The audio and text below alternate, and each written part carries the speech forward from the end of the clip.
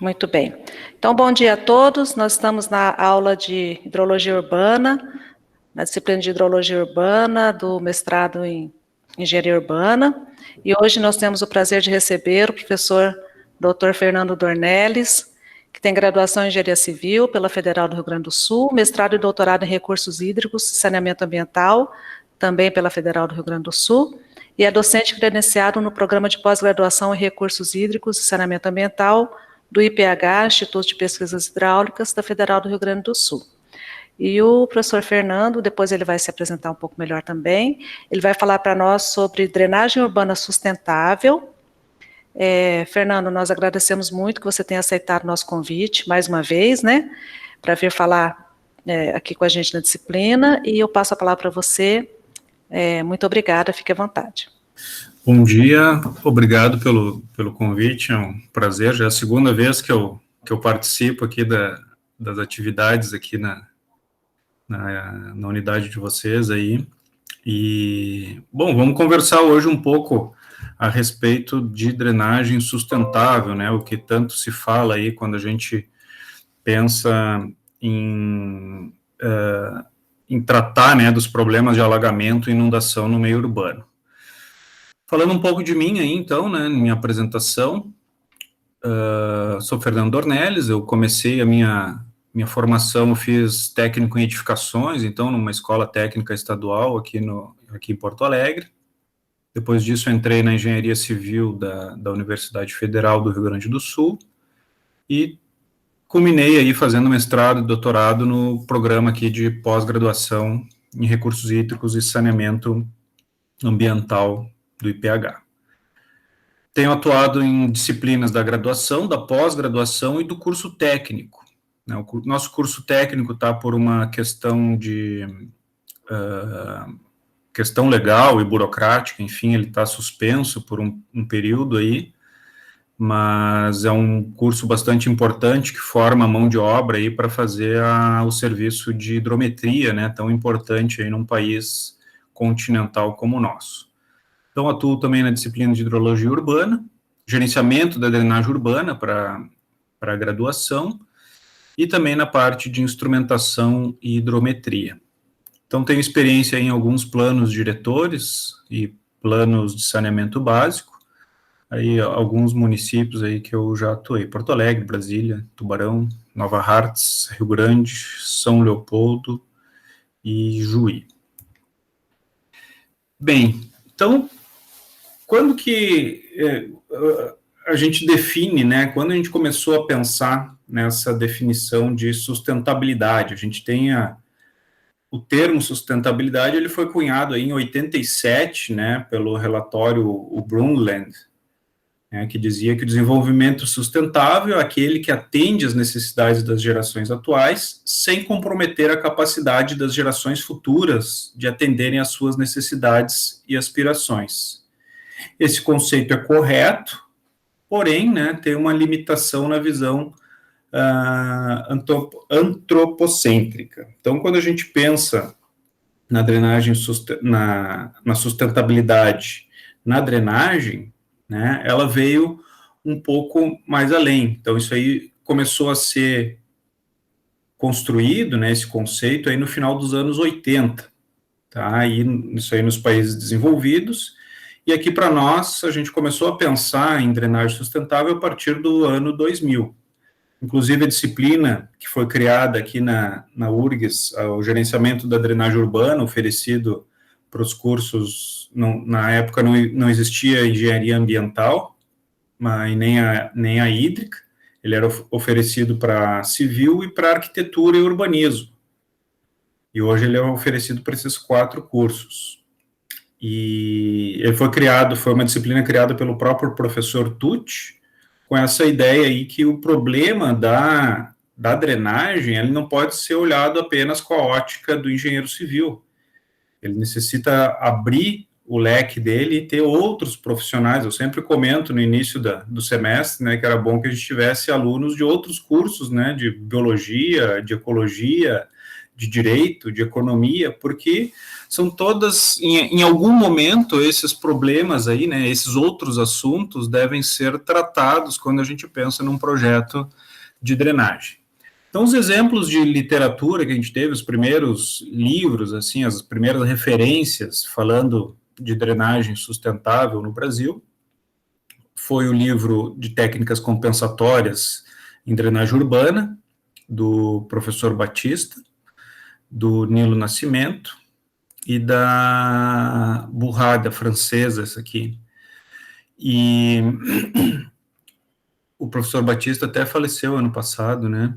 Então, e o outro livro, 2007, do professor Tucci.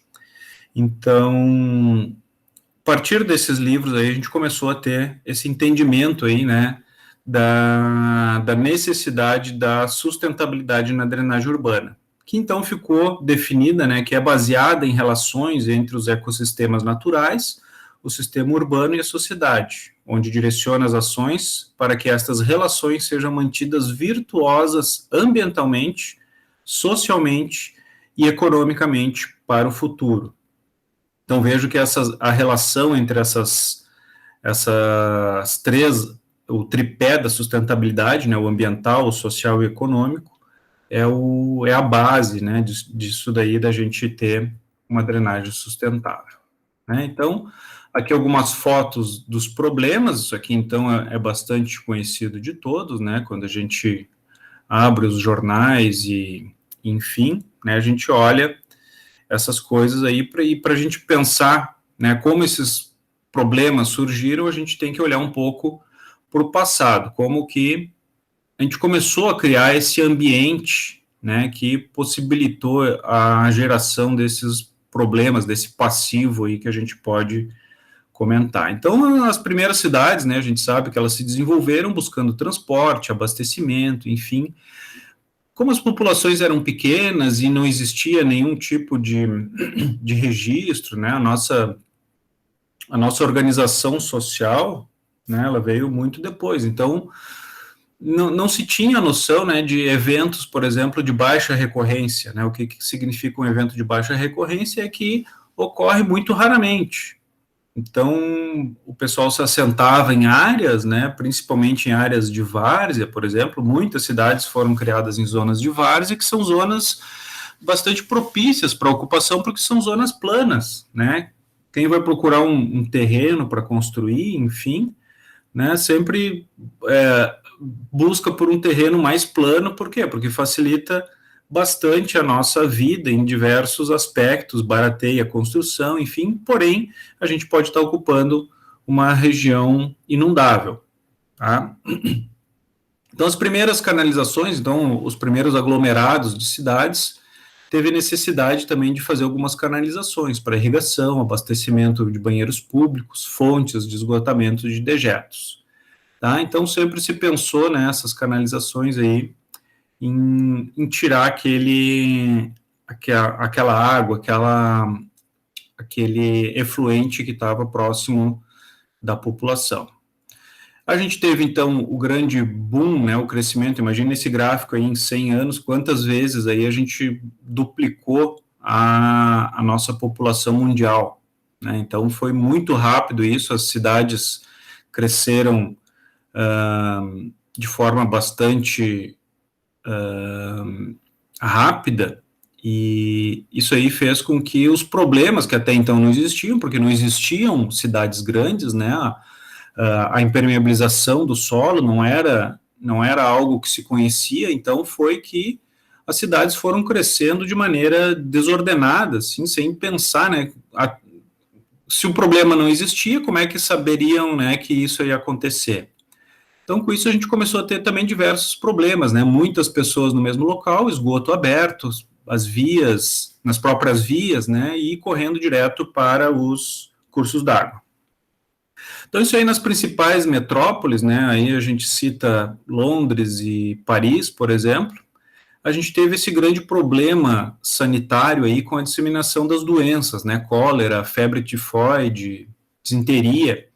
Isso aí culminou na necessidade de grandes obras de fazer essas canalizações, tá? Então, a criação dessas redes de esgotamento para o dejeto das águas de chuva. Tá? Então, aqui a foto do meio aqui é a fonte que tem lá em Londres, né, que foi a origem de uma epidemia de cólera, né? Até tem um livro, aquele Mapa Fantasma, que conta a história do médico e do padre que foram montando um mapa para mostrar que o cólera não era transmitido pelo cheiro ou pelos miasmas que achavam na época, né? Então a gente tinha muito pouco conhecimento dessas coisas e a sociedade foi aprendendo com os erros, na verdade, né? Então é um livro bastante interessante.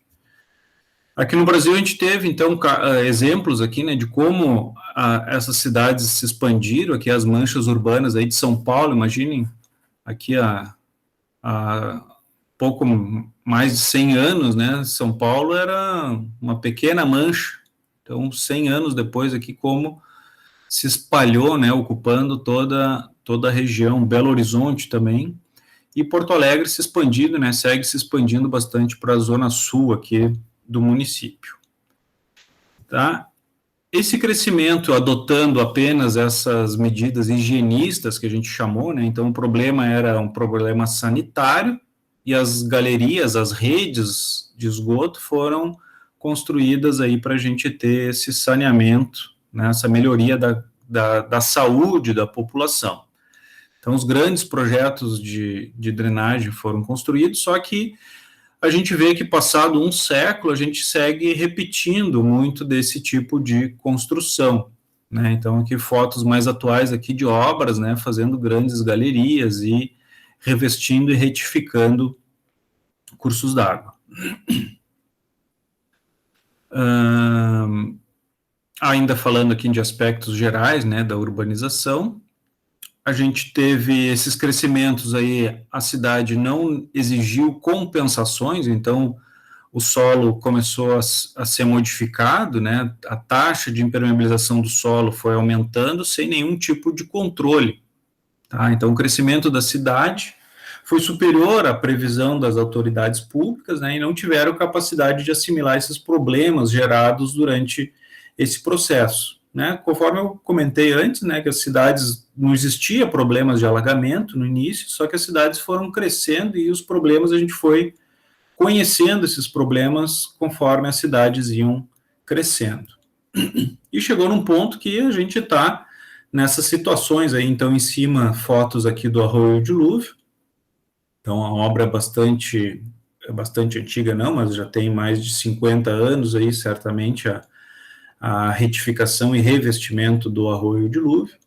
Em São Paulo também, os arroios Pinheiros e Tietê, bastante modificados, né? Ali uma foto do corte de meandros, era uma prática bastante comum no século passado. E aí eu faço uma sugestão para vocês procurarem no YouTube aí esse videozinho, acho que tem uns 20 minutos, Entre Rios, é um documentário de 2009, que mostra muito bem o conflito, né, da evolução da cidade, com o surgimento ainda os veículos, né, ele faz bastante crítica entre a política rodoviarista, né, de sempre abrir espaços para os veículos aí, em detrimento de qualquer outra coisa. Então, bastante interessante, vocês podem procurar aí Entre Rios no YouTube. Então, a gente tem que também fazer algumas conceitualizações aqui para a gente tratar desses problemas que surgiram aí com a urbanização. Tá? Então, primeiro falar aqui da urbanização em planícies inundáveis, né? Então, a ocupação consentida de zonas inundáveis com baixa recorrência e a ocupação espontânea de zonas inundáveis de alta recorrência. Tá? Esse tipo de comportamento aí faz com que a gente tenha as cenas aí das fotos embaixo, né? Então, não se ou se permitia, né, que em zonas com baixa recorrência fossem ocupadas, e em zonas, né, se permitia e se autorizava, né, fazendo loteamentos, sendo aprovado, tudo dentro dos conformes aí para ocupar uma zona inundável de baixa recorrência. Então, pense aí, baixa recorrência acima de 100 anos de período de retorno.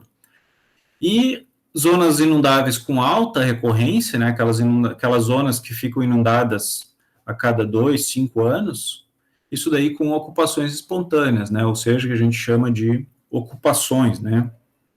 Então, esse tipo de fenômeno aí causa as inundações ribeirinhas, né. Então, a gente tem no sistema natural, a gente causa poluição, erosão, rebaixamento do lençol freático e alteração do habitat. O rebaixamento do lençol freático se dá por quê? Porque a gente mudou a superfície de uma bacia urbana e ao invés da gente ter a infiltração da água em zonas vegetadas, né, a vegetação permite, ele freia a velocidade de escoamento da água e faz com que ela consiga infiltrar no solo. E a gente tem, né, o nosso grande reservatório, né, não são os reservatórios que a gente vê aí que estão em situação crítica agora no Brasil, né, o nosso maior acúmulo de água que a gente tem é no solo. É a água que consegue atingir uma zona vegetada e ela infiltra no solo. Esse reservatório é muito, muito maior do que os reservatórios que a gente constrói. Então, por isso, a necessidade, mesmo uma bacia mais vegetada, né, quando aumenta os exercícios de balanço hídrico que a gente tem, que a gente faz, a gente calcula a evapotranspiração. E quão mais vegetada é uma bacia, maior a evapotranspiração numa bacia. Daí a gente pensa, né, pô, mas como assim? Então, se eu tenho mais vegetação, eu tenho mais água voltando para a atmosfera e isso aí eu teria uma consequência de menos água no rio. De fato, em termos absolutos, né, o valor da vazão vai diminuir numa bacia vegetada, porque a gente vai ter uma alta taxa de evapotranspiração, que a água vai voltar para a atmosfera. Mas o que a vegetação faz que é muito, muito importante e é melhor do que a gente ter uma vazão média mais alta, é a gente ter um desvio padrão das vazões menor. Ou seja, uma bacia vegetada, ela regulariza a vazão. A gente acaba não tendo picos tão altos de vazão, né, as cheias não são tão pronunciadas, e as estiagens também não. Por quê? Porque a gente consegue controlar aquela água que a gente tem nos rios durante os períodos de estiagem, justamente aquela água que infiltrou há meses ou anos atrás nas partes altas da bacia, que elas vão aflorar no leito muito depois. Então, por isso que a gente tem esse rebaixamento do lençol freático no momento que impermeabiliza. Para a sociedade, a gente tem as inundações, alagamentos, interrupção de tráfego, prejuízos materiais e humanos, desvalorização imobiliária, né? Então, imagine uma zona que não tinha problemas de alagamento, a cidade se expande para uma região, impermeabiliza e começa a gerar vazões, né, para uma região que antes não conhecia os problemas de alagamento, né, e passa a sofrer isso daí com a expansão da mancha urbana. Então, a gente passa a ter uma desvalorização imobiliária. E veiculação de doenças, né, a doença mais comum aí durante as inundações é a leptospirose, né, pela mistura da água pluvial com a água contida dentro das redes de drenagem quando trabalham com sistema misto, que é esgoto cloacal e pluvial ao mesmo tempo. Então, algumas consequências quando a gente fala em termos no balanço hídrico, a gente vai ter aí a urbanização vai causar de 6 a 7 vezes o aumento no pico, vai aumentar o volume também. Então, são duas coisas importantes que a gente sempre tem que pensar, né, sempre lembrar durante o que acontece com a urbanização. Ele aumenta o pico, né, vejam nesse hidrograma aqui, ó, conforme vai aumentando a urbanização na bacia, o pico vai aumentando, o pico vai acontecendo cada vez antes no tempo, então a gente diminui o tempo de concentração da bacia, que a gente chama, né, que é o tempo de resposta da bacia, e o volume também vai aumentando. Veja que o hidrograma aqui ele vai aumentando, né? A área embaixo de uma curva de hidrograma é volume, né? Se a gente integrar isso daqui, se a gente multiplicar a vazão por tempo, a gente tem a unidade de volume. Então, isso aqui é como se a gente acumulasse e medisse toda a quantidade de água que passou durante esse tempo. E por que o volume é importante a gente saber também? Porque o volume vai ser fundamental no dimensionamento de dispositivos de armazenamento, ou seja, os reservatórios. Então, por isso que a gente vai ter que tratar com picos maiores, picos antes no tempo, então a gente vai começar a descartar já, por exemplo, sistemas de alerta, né, onde a gente consiga fazer uma previsão mais exata de que nível vai acontecer, porque conforme está chovendo, o nível da água já está subindo nos rios urbanos, e a gente vai tratar, então, com volumes maiores. A gente ainda tem geração de resíduos e obstrução das galerias e das redes por conta disso.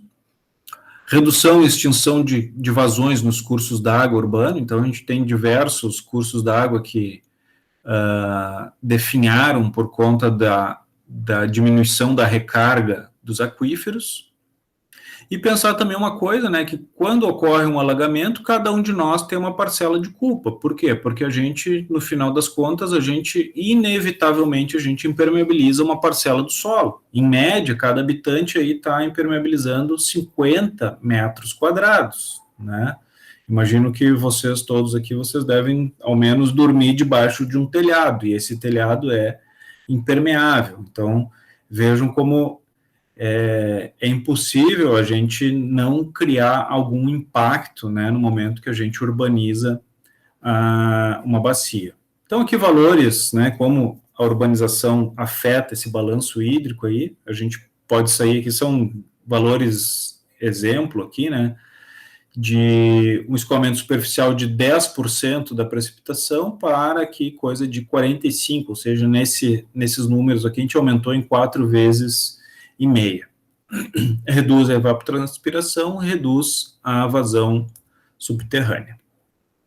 O desenho urbano também nos causa alguns problemas, né? Quando a gente escolhe fazer projetos como essa figura aqui, esse mapa do meio aqui é a região lá dentro da Avenida do Contorno, em Belo Horizonte, né? Então foi projetado simplesmente, né, fazendo um traçado sem levar em conta os cursos d'água. Belo Horizonte teve esse projeto urbanístico aqui e tratou dos cursos d'água, confinando todos eles e construindo galeria para eles. Hoje eles têm uma série de problemas, né, de manutenção dessas estruturas aí, tudo trabalha em ambiente confinado, então são equipes especializadas para fazer isso. O custo da manutenção de toda essa rede pluvial aí ficou muito maior que se tivesse feito com áreas com canais abertos, enfim, ter tido medidas mais sustentáveis, né, para não gerar tanto escoamento e não necessitar de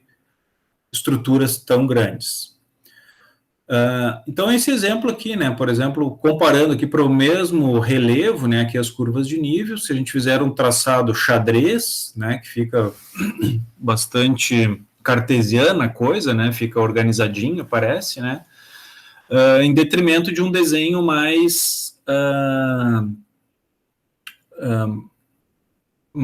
seguindo aqui a declividade, né, a gente seguindo as curvas de nível aqui, né, quase seguindo, porque como a gente tem que subir no terreno, em algum momento elas cruzam, né, mas a maior parte das ruas elas têm uma declividade menor. E não causar problemas como a gente tem, olhem essa foto aqui, né, essa garagem aqui, essa entrada, esse portão aqui, olhem que absurdo é ter uma rua com uma declividade dessas. Então pensem o que acontece com a água de chuva, né, durante uma chuva intensa aqui nesse calçamento. Provavelmente esse calçamento aqui também está com problemas de erosão, porque a velocidade da água é muito alta e acaba retirando, né, a pavimentação.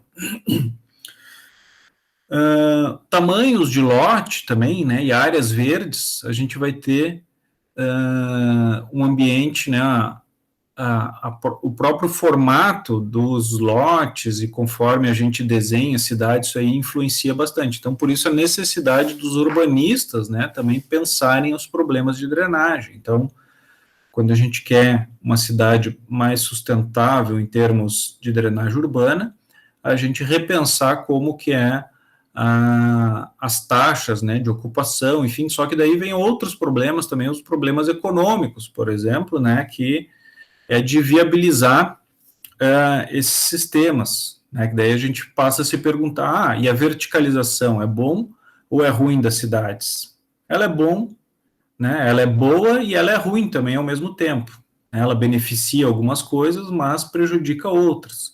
Em termos econômicos, a verticalização é muito boa, porque a gente concentra a população, a gente reduz deslocamentos, o comprimento das redes, né? E não estou falando só a rede de água, né? De esgotamento também, qualquer outra rede, redes lógicas, de eletricidade, tudo, né? Uma cidade mais compacta, ela é mais econômica.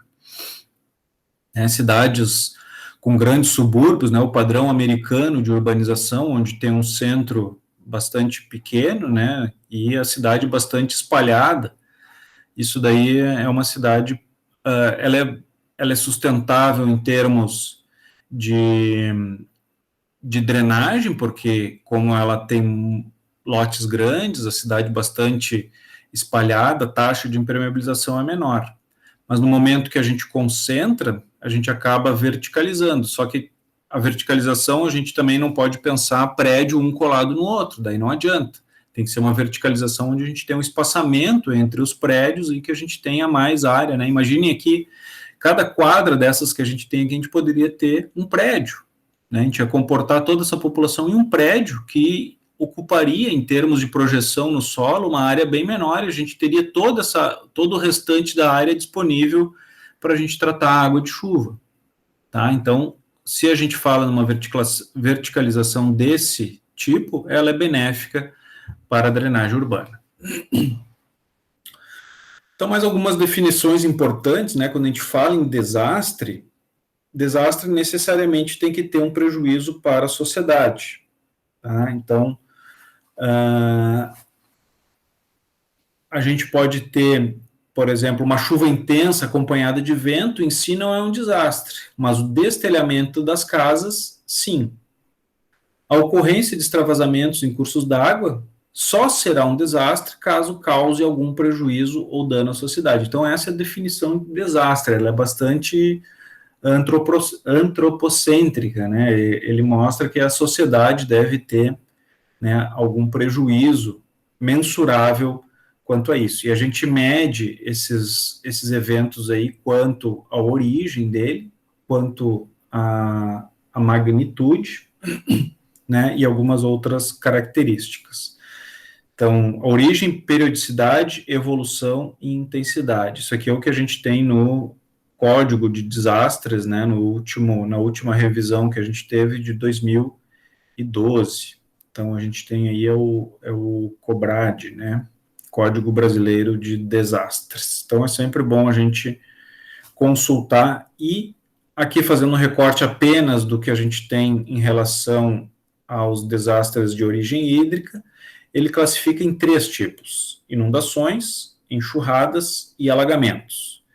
Então, qualquer outro termo fora disso daí não está enquadrado, né, não é um termo utilizado para desastre. Por exemplo, né, se fala muito em enchente, né, enchente não é um termo adequado para a gente falar, porque enchente é o contrário de vazante. O enchente quer dizer que o nível da água, no curso da água, está subindo, né, o vazante ele está baixando, mas não é um desastre, né?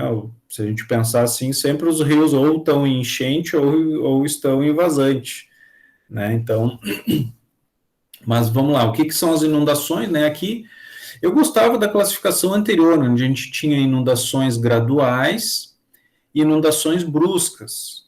Eles tiraram essa distinção entre inundações graduais e bruscas, e ficou subentendido que as graduais são as inundações aqui, e as abruptas, né, ou agudas, né, são as enxurradas. Tá? A diferença deles, os dois são inundações, tá? Só que um tem um processo bem mais lento, né? Ele é para bacias médias e grandes, a gente vai ter a inundação, e eu costumo chamar sempre de inundação ribeirinha para classificar bem, né, em termos de ser uma inundação causada por um rio de grande magnitude.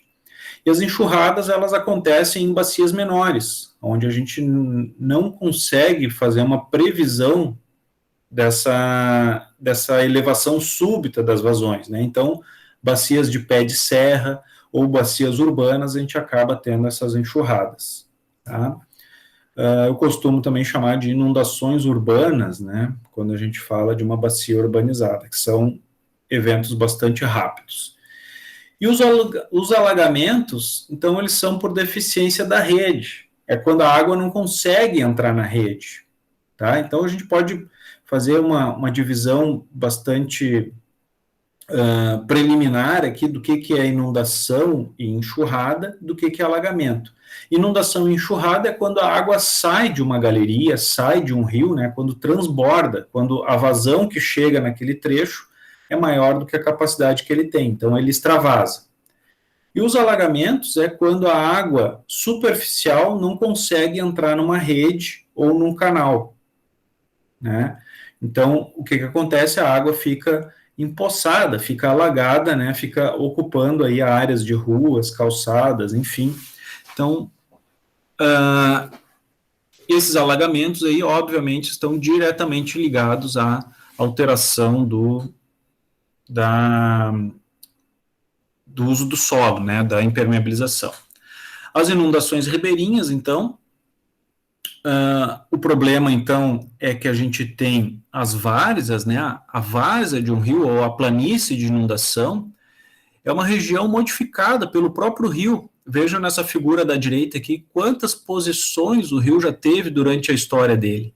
Os rios, eles estão sempre o rio é um ser vivo, né? Na Nova Zelândia ele foi classificado como um ser vivo lá, né? Então ele tem status assim de ser vivo lá, porque de fato ele está sempre em movimento, ele não é uma coisa parada. Óbvio que a escala de tempo que ele modifica é bem diferente da nossa escala de tempo que a gente vive, mas ele muda. Essa planície que foi gerada por ele mesmo, então são solos aluviais, solos depositados aqui, não são solos dessa região, são solos trazidos, né, da erosão de vários locais. Então o rio está sempre nesse equilíbrio aí entre erodir e assorear.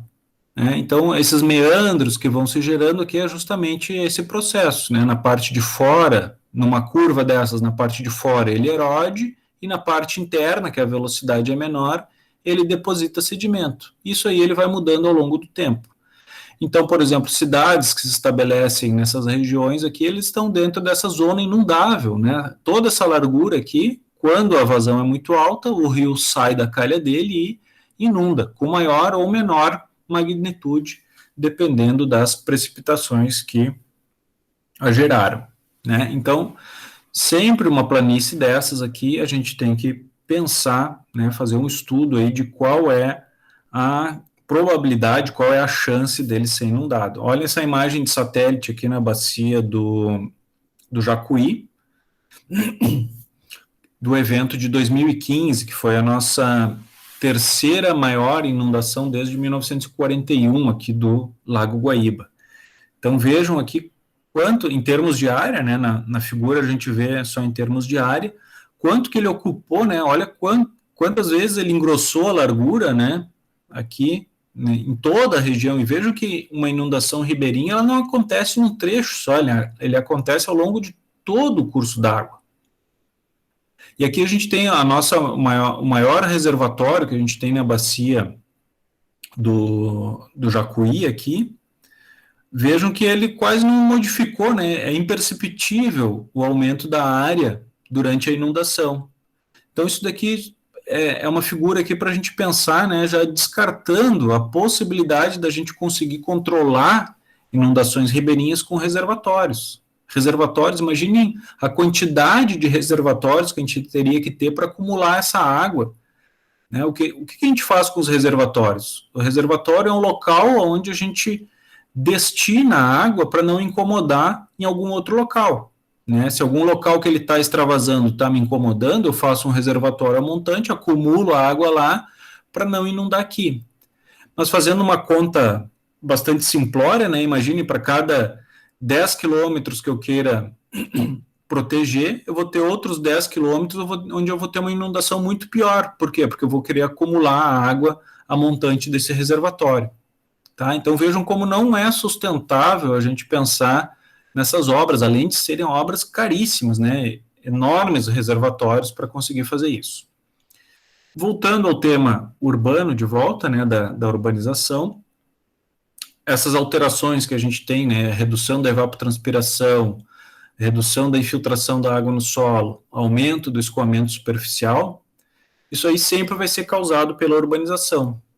E o nosso desafio aqui é a gente retornar, né, voltar esses fluxos aqui o mais próximos possíveis dos fluxos originais. Então, a gente vai ver que dispositivos a gente pode ter no ambiente urbano para que a gente volte, né, ou ao menos se aproxime desses fluxos originais. Aqui, então, só repetindo aqui simplificadamente como que eu falei antes, né, inundações e enxurradas, aqui uma figurinha aqui que mostra melhor, né, o que acontece, né, numa inundação, a rede chegou na capacidade máxima e a água extravasa, por exemplo, pelas bocas de lobo. Então, aqui a gente está tendo uma enxurrada ou uma inundação urbana. E o alagamento é quando a água não consegue entrar na rede. Eu tenho obstrução de bocas de lobo, por exemplo, ou a gente não teve o cuidado em fazer as declividades, direcionando, né, a maior parte do que nos incomoda mais nos alagamentos urbanos é falta de capricho nas declividades em direção às bocas de lobo, né? Vocês devem conhecer várias ruas aí próximas aonde vocês moram, né, que depois que chove ainda ficam alguns dias com aquele alagamento, né, aquela água empoçada incomodando, né? Isso aí é uma falta de capricho na execução das pavimentações, né? Então, esse é um grande problema também em melhorar esse tipo de serviço aí. Então, vistos os problemas, né, quais são as abordagens que a gente tem? A abordagem clássica, aquela que surgiu com a expansão das cidades, foi a abordagem higienista, né, construir galerias, levar a água o mais rápido e mais longe possível. Isso daí fez com que a cidade, né, se a gente sempre usasse esse tipo de abordagem nas expansões das cidades, a gente vê que aquelas redes que a gente construiu quando a cidade tinha um determinado tamanho, essas redes ficam obsoletas, né, ou ficam subdimensionadas quando a gente expande a cidade, né, que a gente altera mais o coeficiente de escoamento na bacia e a gente acaba gerando vazões que aquelas tubulações projetadas e dimensionadas antes da expansão urbana, elas não vão dar conta. Tá? Então, são problemas aí que surgem desse tipo de abordagem. Aqui também uma figurinha que está no livro do professor Tucci, né, mostra, né, bem claramente aqui quando a cidade está expandindo, né, aqui a mancha urbana expandindo, e a proposta, né, de uma solução pontual de canalização de um trecho. Vejam que esse foco de inundação foi eliminado aqui nesse estágio 2, mas mais a jusante a gente começou a observar essa inundação lá. Por quê? Porque a água agora não se acumula, não extravasa nesse ponto, mas a gente está gerando uma vazão mais alta para um trecho ajusante e a inundação começou a surgir lá. E nesse meio tempo da expansão, a gente teve mais um ponto de inundação bem ajusante, aliás, bem amontante, aqui, né, bem na parte alta da bacia, e também se colocou uma canalização. Qual foi o efeito disso? Ampliação do estágio 3. Então vejam, né, imagina se vocês tivessem uma casinha aqui nesse quadradinho aqui embaixo. Né, nesse estágio 1 aqui vocês estavam tranquilos, a casa de vocês estava sem sofrer problemas de inundação. No estágio 2 já começou a sofrer inundações, no estágio 3 piorou ainda. Né? Então isso aqui, quando eu falei lá da desvalorização imobiliária, é isso. Os moradores que têm edificações aqui nessa região aqui sofreram esse tipo de problema. Bom, a abordagem sustentável, né, ela tem vários nomes, na verdade. Ele surgiu junto, né, concomitante com as mudanças ambientais, né, as mudanças de paradigma ambientais. Aí está a foto do fogo que pegou lá no rio em Ohio, em 1969, nos Estados Unidos. Né? Então, essa situação do ambiente tão degradado no pós-guerra aí, surgiu aí no final dos anos 60, anos 70, essa forte esse forte movimento ambientalista, né? Chegou um ponto que, cara, do jeito que está, é impossível. Se a gente está com um rio pegando fogo, né? Isso aí não tá legal. Então, nosso movimento todo, né, da ambientalista surgiu lá naquela época e a drenagem urbana também veio se adaptando a isso. Então, a gente teve aí 4 fases que a gente consegue identificar, né? A pré-higienista, que é até o início do século XX, a higienista, então, quando a gente começou a ter as grandes galerias, a gente teve um período corretivo, que a gente chama, onde a gente tratou os esgotos e fez apenas amortecimento das águas pluviais, tá, de 70 a 90, e a partir dos anos 90, então, que a gente começa a falar em um desenvolvimento sustentável, aí sim a gente ter tratamento terciário das águas servidas, né, do esgoto sanitário, e também propostas aí, né, no escoamento pluvial, desenvolvimentos que preservassem o sistema natural, tá? Então, aumentando a infiltração, aumentando a evapotranspiração, que é o momento que a gente está agora, ou ao menos deveria estar, né? Então, o nosso grande desafio aí é a gente voltar os fluxos, né? A gente urbanizar a cidade, mas buscar um retorno desses fluxos aí para os fluxos naturais. E a gente tem várias denominações para essa abordagem, né? A gente não é só sustentável, a gente vai ver compensatória, ambientalista, alternativa ou ainda conservacionista. Com isso surgiram diversas terminologias também, né? Cada país aí praticamente criou alguma sigla e algum nome para essas novas técnicas aí na drenagem urbana. Acho que a mais conhecida de todos aí são as LEEDs, né, e as BMPs, que foram criadas lá nos Estados Unidos com o Ato da Água Limpa, né, nos Estados Unidos e Canadá, em 1972. Esse termo BMPs aqui, ele está caindo em desuso, né, porque o BEST aqui, né, faz uma generalização muito grave, né, que a gente garante que aquele é o melhor, né, e nem sempre assim é o melhor. Então, para não se comprometer com o BEST aqui do BMPs, né, está em substituição aqui os Stormwater Control Measures, os SCMs aqui. Então, desde 2008 tem tido essa substituição aí de nomenclatura. E teve outros aqui, né, as infraestruturas verdes, técnicas alternativas, técnicas compensatórias. Então, vejo que tem um grande cardápio aí de terminologias.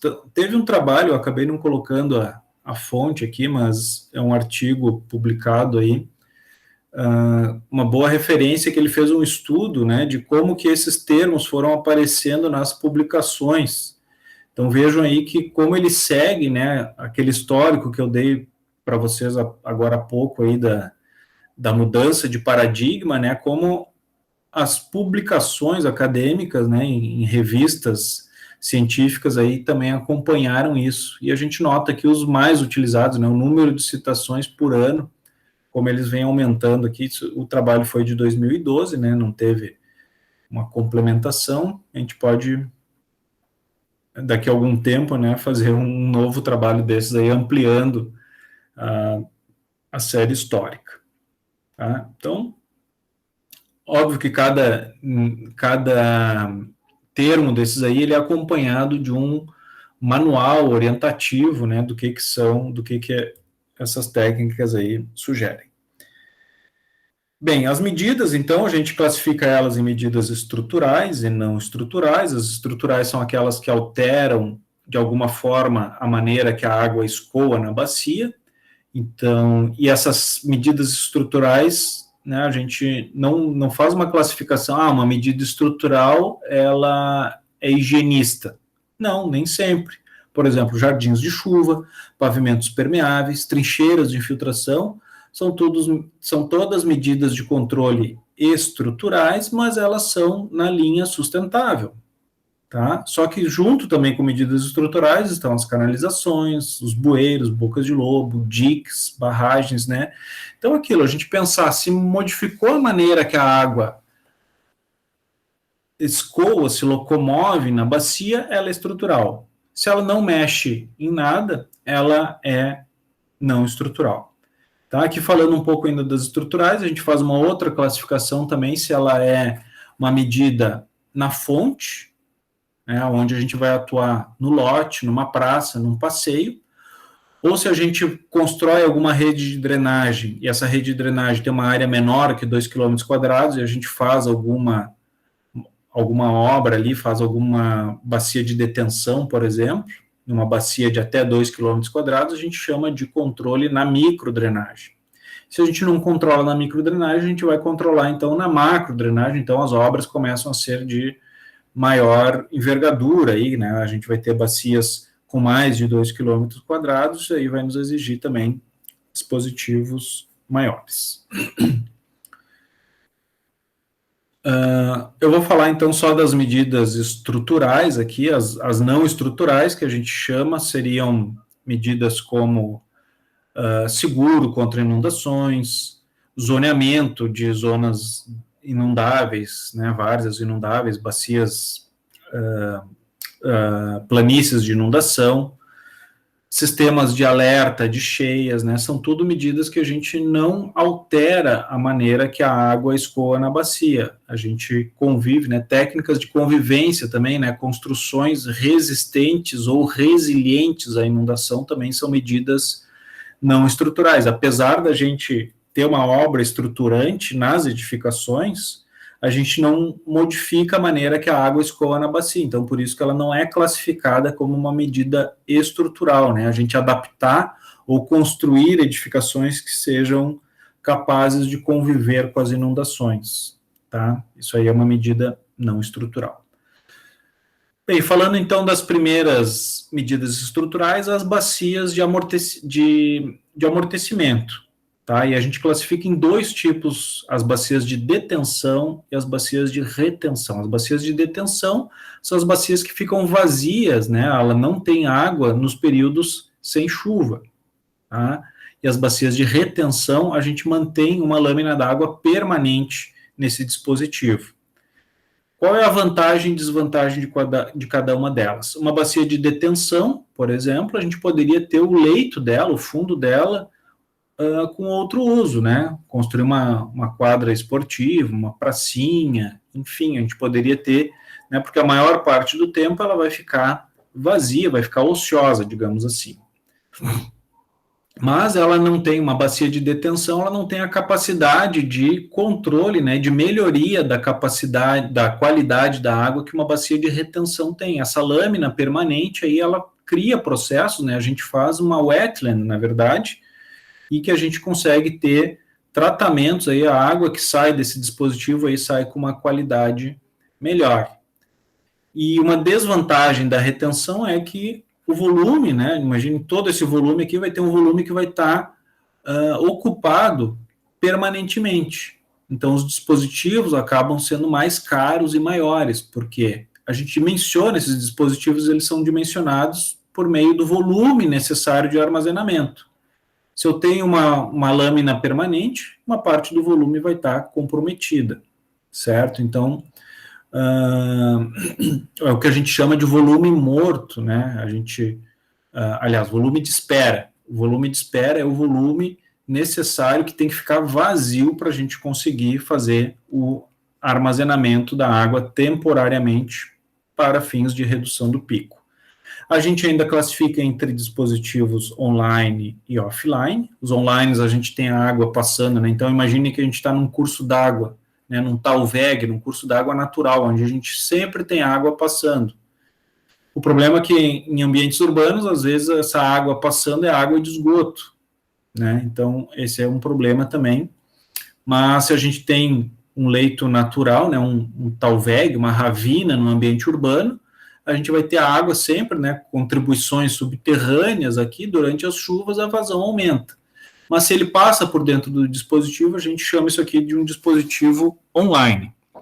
Um dispositivo offline é onde a água passa por fora, essas vazões fora dos períodos chuvosos, né, as vazões baixas passam por fora, e só durante os eventos de chuva que ele lança, né, ele tem um vertedor que, a partir de determinada vazão, ele verte para dentro do dispositivo. Tá? Um dispositivo offline, por exemplo, ele é mais indicado quando a gente tem rede mista, né, onde a gente tem esgoto passando, né, que a gente não quer um esgoto passando por dentro do nosso dispositivo, principalmente se eu quero ter um outro tipo de uso, né, vejo nessa figura aqui embaixo, né, uma quadra esportiva e uma praça aqui, então o offline é melhor, a água passa sempre por fora dele e ele só vai ser inundado durante os eventos de chuva. Numa escala menor, os micro reservatórios de lote, que a gente fala, então são reservatórios, né, a preferência do pessoal é fazer dispositivos totalmente enterrados, eu tenho sempre orientado, né, os alunos, comentado que esse tipo de dispositivo totalmente enterrado, ele é complicado em termos de manutenção depois, né, que o principal elemento a ser verificado é esse descarregador de fundo. Né, qual é a ideia dos reservatórios? Entra uma grande vazão, mas a gente limita a vazão de saída por esse descarregador de fundo. Isso aí faz com que a gente armazene a água, né, e de fato a gente tenha um amortecimento de vazões. Se o descarregador de fundo entope, né, fica obstruído, o nosso reservatório não vai esvaziar depois. Vai chover, ele vai encher, ele vai ficar vertendo aqui, não vai fazer amortecimento nenhum da vazão, e depois que parar de chover, ele vai ficar com esse volume aqui todo completado, sem fazer nenhum tipo de efeito na redução das vazões. Então, a gente necessita ter uma vistoria, né, ao menos depois de cada evento de chuva, para saber se isso aqui não está obstruído. Imagine se a gente faz um dispositivo totalmente fechado, com tampas em concreto aqui para fazer a inspeção. Né? Quem que vai ter a paciência e a capacidade de abrir uma tampa, né, após cada evento de chuva? Não faz, isso aí não acontece. Então, eu acredito que seja uma falha nas orientações disso daí, né, que essa área do dispositivo aqui, ele deve ser uma área aberta, né, visualmente fácil de ser inspecionada, tá? Mas, se não tiver o descarregador de fundo, né, tem até todo esse aparato aqui para evitar a obstrução, tá? Existem também orientações, mesmo que o descarregador de fundo seja dimensionado para um diâmetro menor do que 50 milímetros, né, a gente sugere que coloque um diâmetro um pouquinho maior, inclusive, por quê? Porque ele vai mais dificilmente ser obstruído. Então, é melhor sair uma vazão um pouquinho maior pelo descarregador de fundo, né, um pouquinho maior do que a projetada, do que a gente obstruir isso aqui e a gente não ter efeito nenhum. Tá? Então, são questões bastante práticas aí, né? Pensando em dispositivos na macro drenagem, tá? A gente olha essas fotos aí, né? Não são, essa da esquerda aqui ainda vai, que está dentro de dentro de um canteiro, numa rodovia, tá? Mas as figuras da direita, por exemplo, aqui, essa bem da direita aqui, lá mal dá para ver um veículo que tem aqui, mas olha o tamanho dessa estrutura, né? No meio de uma cidade. Isso aqui é na região metropolitana de São Paulo, né? Isso aqui é uma grande cicatriz no meio urbano, e isso aqui degrada bastante a paisagem urbana, tá? Mas foi a alternativa possível para evitar maiores problemas a jusante dessa região, tá? Se não fosse isso aqui, a gente teria muitas casas inundadas, né? Ou inundadas com uma magnitude muito maior, se não tivesse esse tipo de dispositivo, tá? Então, São Paulo é um grande exemplo, né, do que a gente não deve fazer. Então, é interessante a gente pensar nessas obras aí de São Paulo e ver como que a gente, né, uma cidade que está expandindo, aumentando a mancha urbana dele, como que ele vai gerenciar a drenagem urbana, planejar a drenagem urbana, para que não chegue na necessidade de construir dispositivos dessa natureza aqui, que são bastante graves. Bombeamento, né, o bombeamento em alguns municípios, Porto Alegre, por exemplo, é vetado, né? Não é possível que um reservatório desses aí seja esgotado por bombeamento. Inclusive, nos micro-reservatórios de lote, não é permitido bombeamento. Por quê? Para diminuir, né, a vulnerabilidade do dispositivo. Se a gente depender do funcionamento de um bombeamento, tá, a gente tem que garantir energia elétrica, né? E a maior parte das faltas de energia elétrica ocorrem quando? Ocorrem durante as chuvas intensas, né? Com vento, cai uma árvore em cima de uma rede elétrica, a gente tem as interrupções aí justamente nisso. Então, dá para contornar isso? Dá, se a gente tiver um gerador, mas imagine o custo que a gente começa a ampliar com toda essa parafernália aí. Então, por isso que já de cara vetam a possibilidade de bombeamento para que a gente tenha dispositivos menos vulneráveis quanto a isso daí. A importância também da modelagem da bacia, né? Vejam que, será que o amortecimento sempre é benéfico? Olha esse exemplo aqui, né, onde a gente tem duas bacias e a gente está avaliando o que acontece na confluência, né, das vazões dessas duas bacias. No cenário original, né, a bacia 1, ela responde com um pico defasado em relação à bacia 1 é essa, né, a bacia 1 responde primeiro e a bacia 2 responde o pico dela depois, então elas têm tempos de concentração diferentes. Se eu atuo fazendo armazenamentos, né, amortecer a vazão da bacia 1, o que eu vou fazer? Eu vou reduzir o pico dela e vou distribuir esse volume ao longo do tempo. Só que o que vai acontecer aqui? Essa distribuição, né, eu reduzi esse pico aqui, né, legal, baixei bastante, esse primeiro pico baixou, mas o que aconteceu? Eu joguei aquela vazão que não está acontecendo aqui, eu parcelei ela no tempo para o futuro, só que eu estou jogando ela junto com a ocorrência do segundo pico aqui, que é a contribuição da bacia 2. E olha o que aconteceu, piorou o meu cenário. Tá? Esse aqui é um exemplo, né, para mostrar como é importante a gente ter planejamento e fazer uma modelagem de toda a bacia, para a gente evitar aquelas obras, aquelas medidas pontuais, né, que a gente acha que, vou fazer aqui, não vou pensar no resto, né, que nem um médico fazendo uma cirurgia, né, ele vai operar a mão, ele bota um pano, tapa tudo e só olha aquele ponto, né, a gente não pode fazer isso na drenagem urbana, a gente tem que modelar a bacia por completo. Então, a necessidade, né, os planos de drenagem, eles necessitam ser para toda a bacia. Dispositivos de infiltração. Então, agora a gente chegando em dispositivos de controle na fonte, que a gente chama. O funcionamento dele é a gente conseguir fazer a água infiltrar no solo. Só que a capacidade de infiltração dos solos, ela é muito menor do que as intensidades de precipitação. Acaba, então, que os dispositivos de filtração, eles necessariamente devem ter um volume de reservação, devem ter um reservatório para a gente guardar a água e depois ela sair por infiltração no solo lentamente. É um solo que infiltra muito bem, ele vai estar infiltrando 10 milímetros por hora. Mas os picos de intensidade de precipitação a gente vai ter aí na ordem de 100 milímetros por hora. Então, se a gente não tiver esse reservatório, algum local onde armazenar essa água para depois ela ser infiltrada na taxa de infiltração do meu solo, ele não vai ter efeito. Tá? Então, aqui passando rapidamente pelas vantagens e desvantagens, né? Óbvio que a gente procura a redução das vazões máximas a jusante. Com dispositivos de infiltração, a gente vai ter condutos na rede pública menores. Tá? Aqui também tem uma coisa que a gente sempre fala, se a gente controlar na fonte, o custo é menor. Um custo é menor, mas a gente tem que saber, é um custo para quem?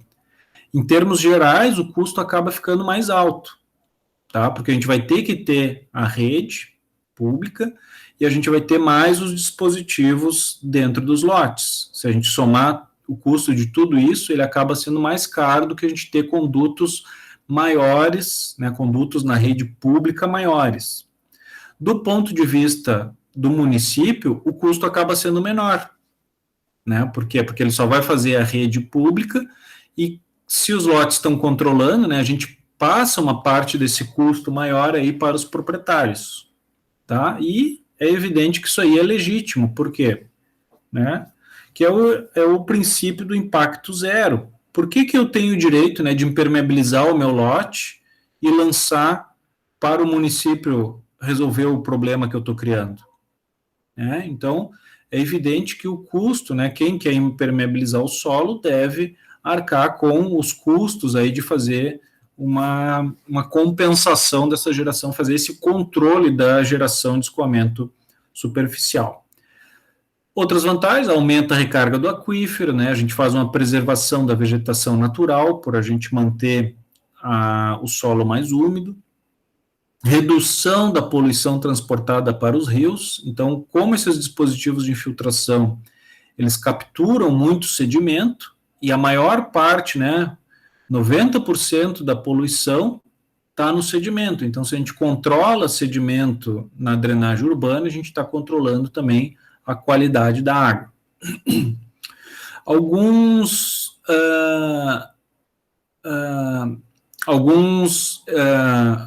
desvantagens dos dispositivos de filtração é que a elevação do lençol freático pode ser prejudicial, né? No caso que a gente tem alguma construção em subsolo, né? Imagine um prédio que tem uma garagem no subsolo, que durante a sondagem viu, meu freático está a 6 metros de profundidade, então vou fazer essa garagem aqui no subsolo sem problemas. Mas imagine que em volta todo mundo comece a injetar água no solo, o lençol freático vai subir. Então aquela garagem antes que estava livre do lençol freático, ela passa a sofrer problemas, né, de água vertendo para dentro da garagem por conta disso, né? Então é um problema que pode acontecer.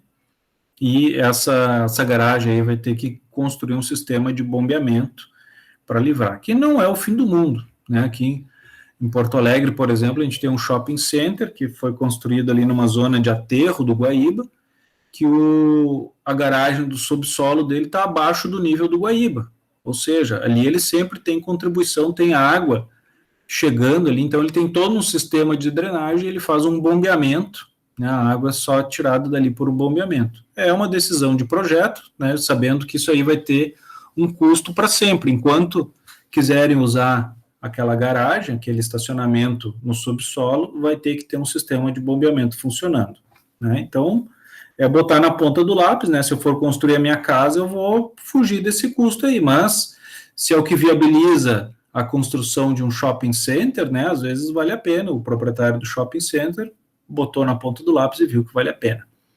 Problema dos dispositivos de infiltração, que eles são aplicáveis apenas no controle no lote. Então, aí a gente tem os pavimentos permeáveis, né, o que dá o nome ao dispositivo é o revestimento superficial, e a gente tem diversos tipos de revestimentos, blocos vazados, blocos com juntas alargadas ou permeáveis, blocos ou placas permeáveis, asfalto poroso e concreto poroso. Tá? O asfalto poroso ele é pouco utilizado, inclusive o nosso experimento no IPH foi feito com asfalto poroso, né? Então ele degradou bastante, ele comatou, a comatação também acontece no concreto, mas o asfalto poroso ele é um revestimento flexível, né? Se vocês forem lá nas aulas de pavimentação, vocês vão ver a diferença entre revestimento rígido e revestimento flexível. O rígido é o concreto e o flexível é o asfáltico. Então, isso daqui, ele, com o tempo e a pressão dos veículos, isso aqui faz com que ele se deforme, ou seja, ele vai achatando, né, ele vai esmagando e reduz o índice de vazios dele.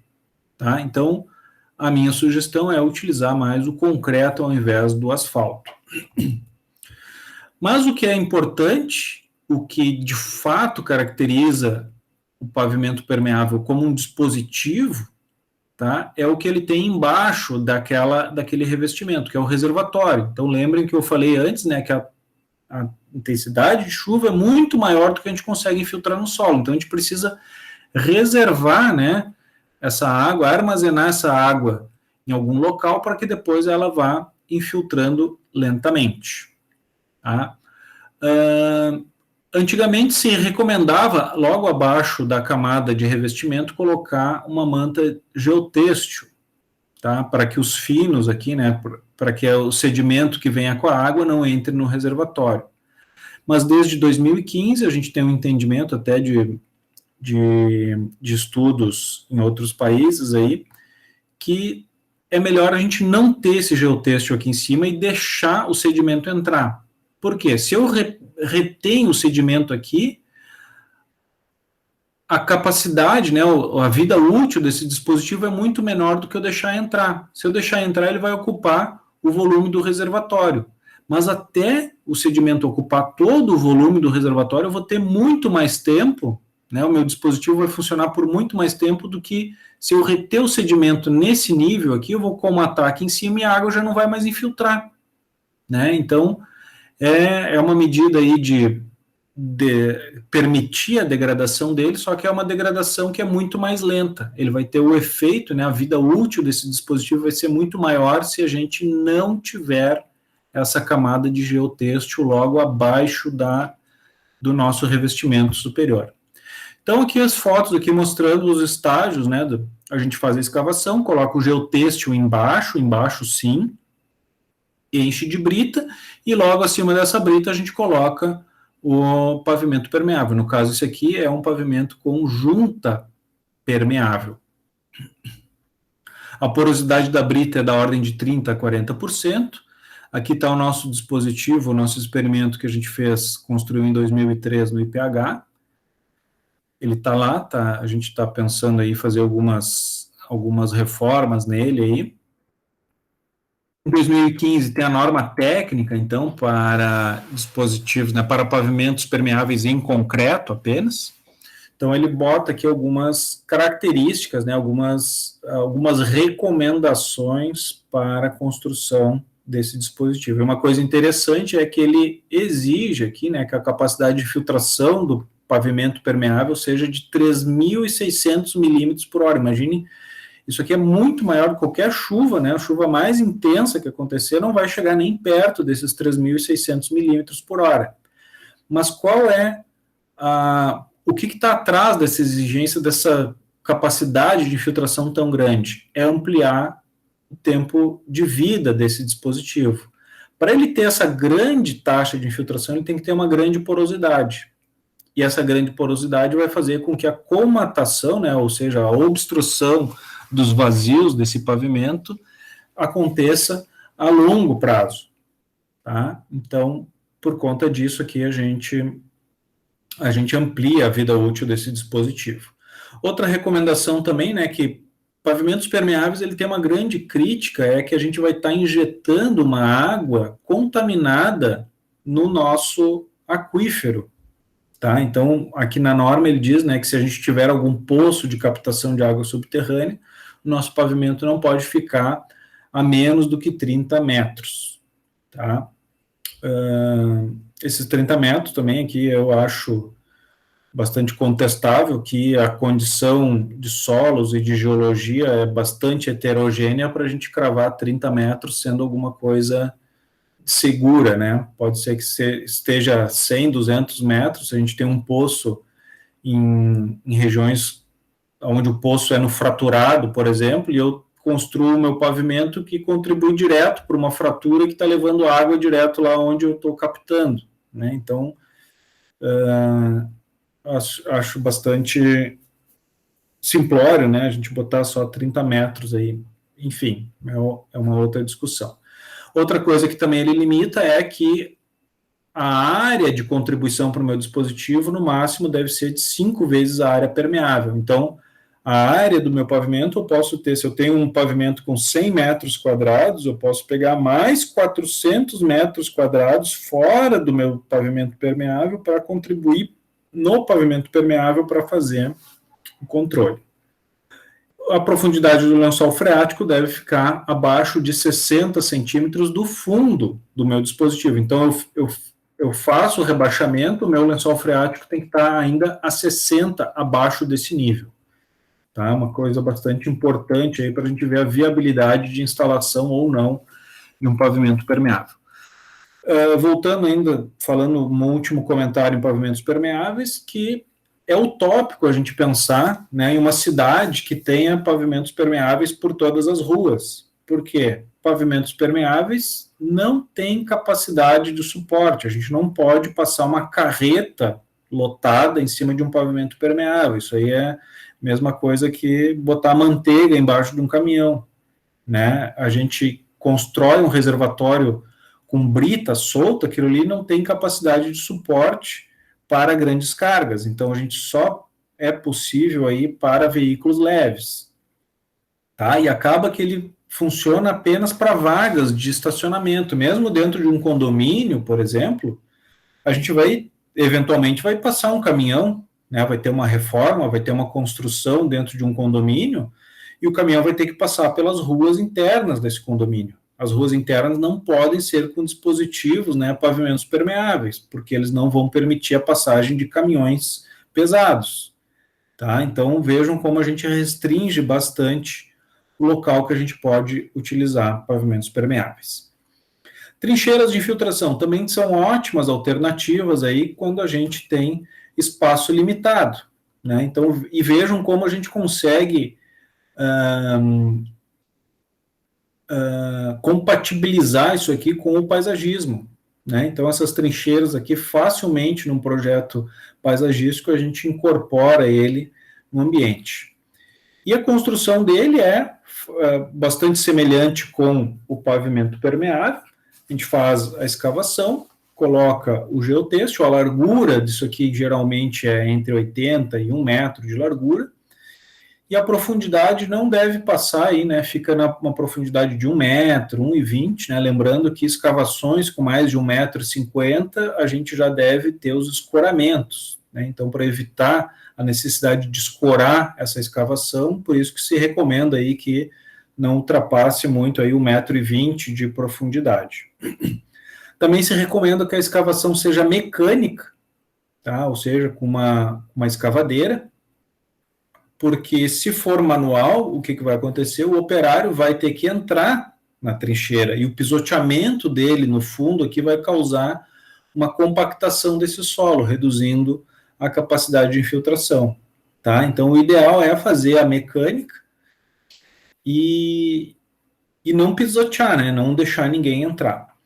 Existem estruturas poliméricas aqui com porosidade bem melhor do que a brita, né? Só que são equipamentos aqui, são coisas que não estão disponíveis no mercado brasileiro, né? A gente consegue aí de 90% a 95%.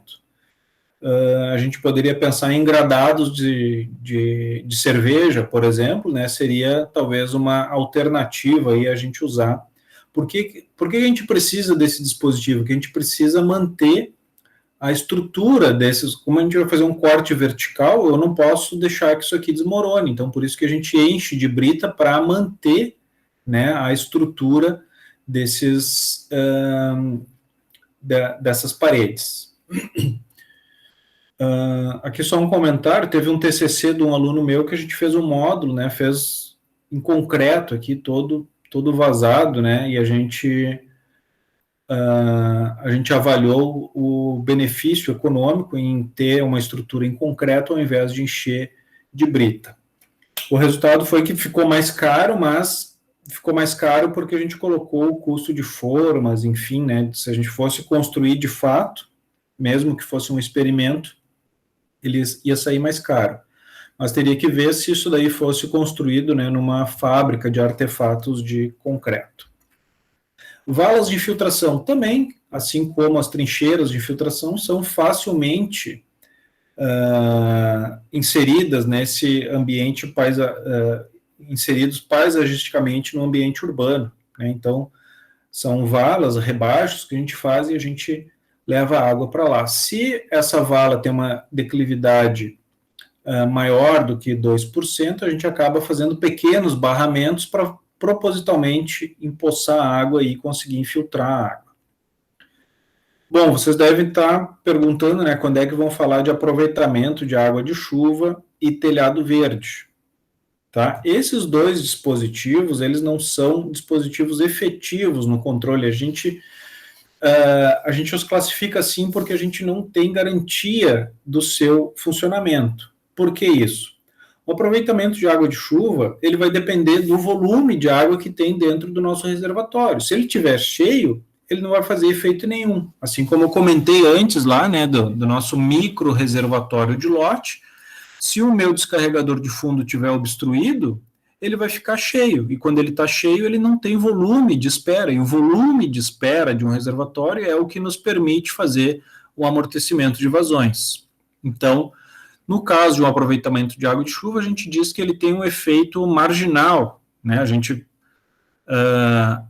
A gente sugere, a gente incentiva o uso de água de chuva por seus diversos benefícios que tem, mas em termos de controle da geração pluvial, a gente não garante que ele vai funcionar, né? A gente não consegue projetar, não consigo dizer, colocando um barril desses aqui eu vou reduzir em tanto. Não, porque ele vai depender do nível que ele está, certo? Então, por isso que a gente não conta ele como um dispositivo efetivo. Assim como os telhados verdes também.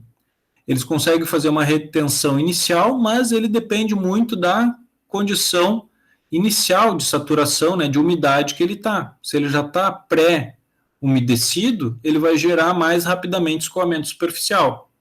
E existem diversos tipos de telhado. O substrato que é utilizado tem diversas espessuras, né? Então a capacidade de armazenamento dele também não é uma coisa facilmente estimada, e a gente não consegue prever o comportamento disso.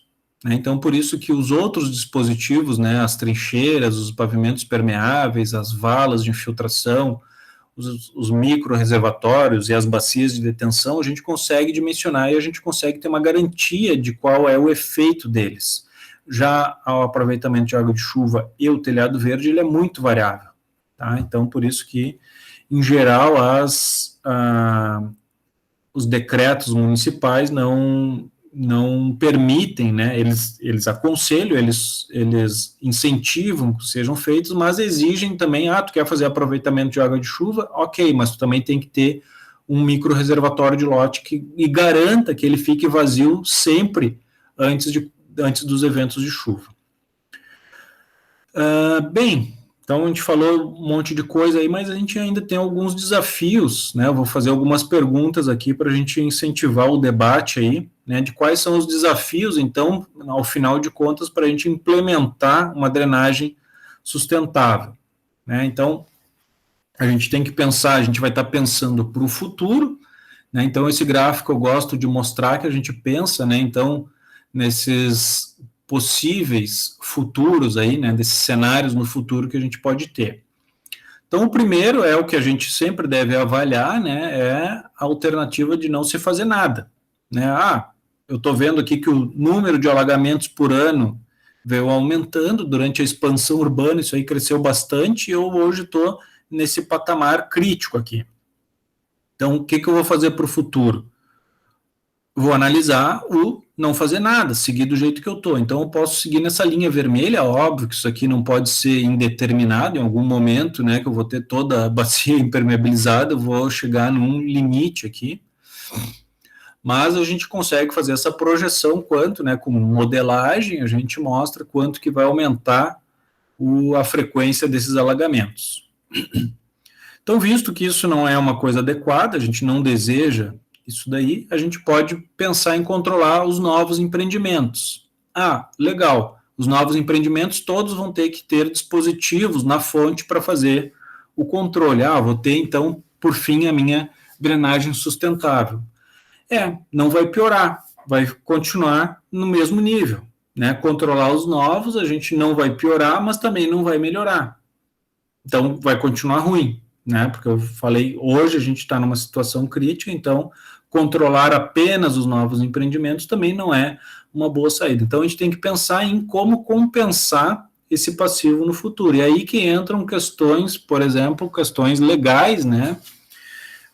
De como que eu compenso aquelas construções né, aquelas edificações que foram construídas antes da gente estipular que os novos empreendimentos devem controlar, né, e a gente não consegue, por força legal, a gente não consegue exigir que aquelas casas construídas lá na década de 60, 70, 80, né, passem a controlar. Por quê? Porque elas foram aprovadas e naquela época estava tudo legal, não se exigia aquilo, eu não posso mudar a regra do jogo no meio disso daí. Mas, se eles forem demolir a casa e construir nova, aí sim eu consigo exigir. Então, a gente tem que pensar, né, o nosso desafio é pensar em como compensar essa geração de escoamento nesses lotes, né, nesses empreendimentos que foram construídos antes da gente decidir que nenhum novo empreendimento possa piorar a situação. Tá? Então, a gente tem obras em áreas públicas, né, as grandes bacias de detenção, elas são justamente para compensar aquela geração de escoamento que não é feita pela cidade estabelecida antes desses decretos, antes dessas normativas aí do impacto zero, né, do princípio de impacto zero, que a gente chama, que é que todo novo empreendimento não pode ampliar as cheias. Outra alternativa seria estabelecer, por exemplo, né, uma taxa de drenagem, onde quem não fizer o controle vai pagar uma taxa a mais. Né? Todo mundo achava que o tratamento de esgoto era o patinho feio do saneamento. E desde a lei do saneamento de 2007, onde a drenagem pluvial entrou, né, no rol de serviços de saneamento, a gente tem 4 serviços de saneamento, resíduos sólidos, abastecimento de água, tratamento de esgoto e drenagem pluvial agora. Então, o patinho feio antes era o esgotamento, né, o tratamento de esgoto, que é bem mais caro, né, e se recebe menos por isso. Aqui em Porto Alegre, por exemplo, para cada metro cúbico de água tratada que a gente consome, 80% é estimado que 80% retorne como esgoto e é cobrado 80%, né, então, para cada metro cúbico de água tratada, eles cobram mais 80% desse mesmo metro cúbico que é para o tratamento de água do esgoto. Só que esse tratamento é muito mais caro do que o tratamento de água. Né? Então, essa conta aí não fecha, então sempre se pensava que era o patinho feio do saneamento, o tratamento de esgoto. Aí, quando viram que entrou a drenagem é pior ainda, que ela não tem fonte de receita nenhuma. As obras de drenagem nas cidades, elas são financiadas, né, a manutenção disso daí quase sempre é junto com as secretarias de obras, né, a Secretaria de Pavimentação, por exemplo, quem faz a manutenção das vias também faz a manutenção da rede pluvial. Isso aí com o dinheiro, né, do caixa do município. Então, nunca existe uma verba destinada apenas para a drenagem. Então, e é um serviço público, então, por que não a gente começar a cobrar uma taxa de drenagem? E agora aqui as perguntas, né, de quais são esses desafios aí. Então, eu separei em desafios técnicos, né, o primeiro deles aqui, né, tornar o controle na fonte a técnica padrão a ser adotada, pois ainda é vista como supérfluo. E, de fato, né, a gente vê aí, principalmente nas cidades menores, nas cidades, nas maiores cidades, isso daí já está bem, né, na aprovação dos projetos é exigido esse controle na fonte. Mas, em cidades menores, isso aí ainda é tratado como supérfluo, né, eles não, em geral, não existe a percepção, né, de causa e efeito. As pessoas não imaginam quanto que a construção de uma nova casa, né, impacta na geração de escoamento. Tá? Ver um caninho largando água na rede, acha que não é nada, mas é um impacto significativo. Como verificar a eficiência dos dispositivos construídos? Isso aí também é um desafio técnico, né? Como é que a gente garante que esses dispositivos de infiltração, principalmente, vão manter a eficiência deles ao longo do tempo? A gente viu isso com o nosso experimento lá no IPH. Passados-se 10 anos, a colmatação foi tal que ele não está mais funcionando como pavimento permeável, ele não está mais infiltrando. Então, como que a gente verifica e recupera esse tipo de dispositivo, né? Então, é a outra pergunta aí. Como manter e recuperar a eficiência desses dispositivos de controle na fonte, né? Então, em alguns municípios, né, nos Estados Unidos, eu vi que eles são programas em que os proprietários, eles aderem a esse programa municipal de controle na fonte. Então, o proprietário, fica a cargo das manutenções, das limpezas periódicas, né? Então, tirar folha, desobstruir, evitar que entre sedimento em cima de um pavimento permeável, enfim, todas essas recomendações. Eles fazem cursos de captação, e é por demanda, né? É por adesão do próprio proprietário. E as obras de recuperação, se houve uma erosão, quebrou alguma coisa, a prefeitura vai lá e faz a recuperação do dispositivo. Eu acho que essa seria uma das alternativas mais adequadas. A gente tem esses programas de adesão, né? Tem que pensar em ver qual é o benefício para o proprietário. E outra coisa também que a gente fala muito pouco é o controle da qualidade pluvial na macrodrenagem.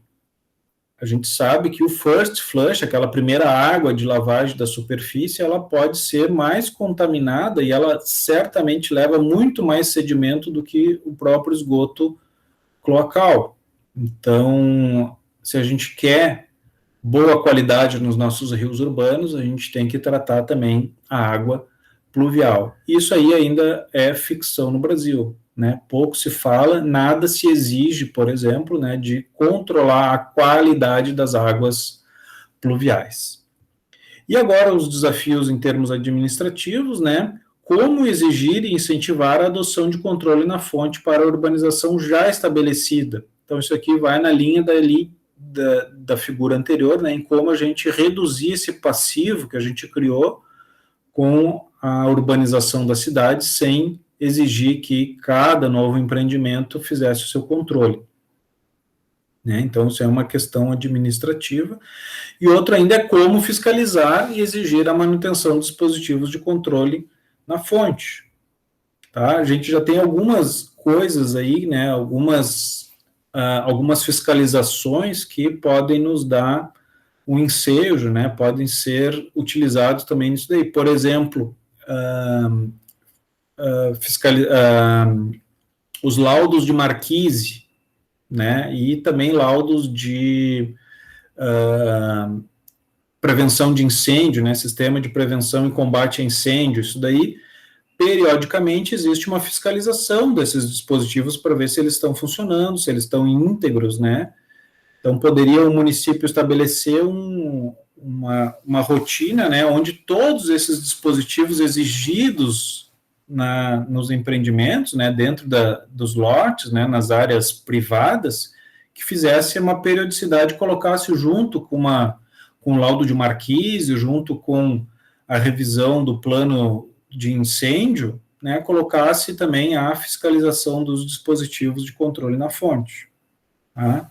Então, é uma ideia, isso daí é bastante difícil de ser implementado. Por quê? Porque a gente tem essa percepção muito desconexa entre a causa e efeito. Foi o que eu comentei antes, né, que as pessoas não imaginam que a construção de um telhado, a pavimentação de um pátio, né, causa um impacto extramuros, né, e a gente não pensa, quando a gente vê um alagamento, passa, isso é problema da prefeitura, não é meu problema.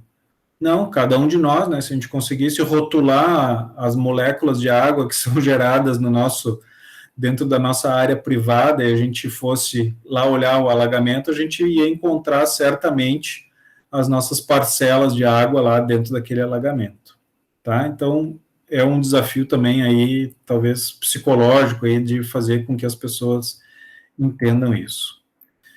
Bem, cheguei ao final aqui. A gente fica com o tempo aí, falei, acho que mais de hora aí, e a gente fica à disposição aí para comentários, né? Passei bastante informação para vocês aí, mas vocês podem se focar em algum ponto específico. Obrigada, Fernando, pela sua participação.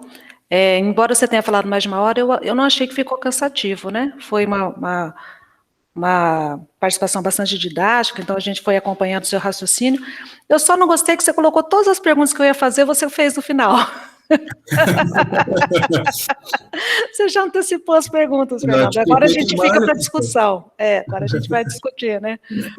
Pessoal, eu quero deixar então à vontade, se alguém quiser fazer alguma pergunta, além ou algum comentário sobre o que o Fernando expôs. Vocês podem usar o chat ou levantar a mão. Deixa eu ver onde é que... está aqui, eu levantar a mãozinha. Então, fique à vontade. Vou dar um tempinho para vocês se manifestarem. Eu tentei ser um pouco provocativo ali com algumas coisas, né? O telhado verde é o queridinho aí, né? Muita gente pensa, vamos colocar telhado verde. Legal, mas tem que ter um outro dispositivo também efetivo, que a gente consiga estimar a capacidade dele em reter a água, né? E o aproveitamento da água da chuva também, Fernando, porque o objetivo principal é o uso racional da água, quando você faz um aproveitamento de água de chuva, né? E o efeito colateral é nos primeiros minutos, se o reservatório estiver vazio, né? Ele vai encher primeiro, então tem um efeito colateral de talvez ajudar na drenagem, mas não é o objetivo principal dele, né? Que é realmente o uso racional da água. Então, essa confusão até de conceito, né? Para que serve um aproveitamento de água de chuva?